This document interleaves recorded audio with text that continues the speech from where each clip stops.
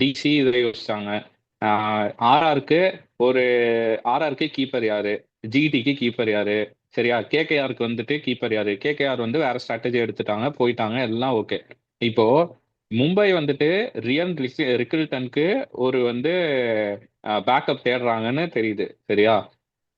ரியன் Rickelton backup, Quinton de Kock main விளையாடுவார், பாத்துட்டே இரு. ஓகேவா, ம். ஓகேவா, டைரக்டா வந்துருச்சா. ம். ஏற்கனவே சூப்பரா இருக்க டீமை இன்னும் பலப்படுத்தி நம்மளை ம். விட ஆக்ஷன்லயே அவங்க ஜெயிச்சுட்டாங்க அப்படின்னா உனக்கு அங்கேயே வந்து ஸ்ட்ராட்டஜி மைண்ட் செட் நீ கொடுத்துறீல்ல ஒரு பிரான்ச்சைஸ்க்கு.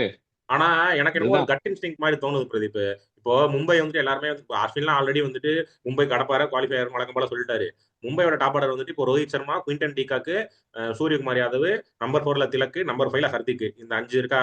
இந்த 5 வந்துட்டு பாக்குறதுக்கு கடப்பார மாதிரி தெரியும். ஆனா வந்துட்டு ரோஹித் வந்துட்டு கடைசி 5 வருஷத்துல மும்பைக்கு எப்படி ஆடினாரு அப்படிங்கிறது எல்லாருக்கும் தெரியும்.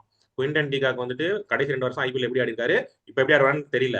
சூரியகுமார் யாதவ் என்ன ஃபார்ம்ல இருக்காருன்னு எல்லாருக்குமே தெரியும். அப்படிங்கிறப்போ எனக்கு ஒரு மாதிரி 50-50 தான் ப்ரோ, தெரியுது பேட்டிங், மும்பை பேட்டிங்.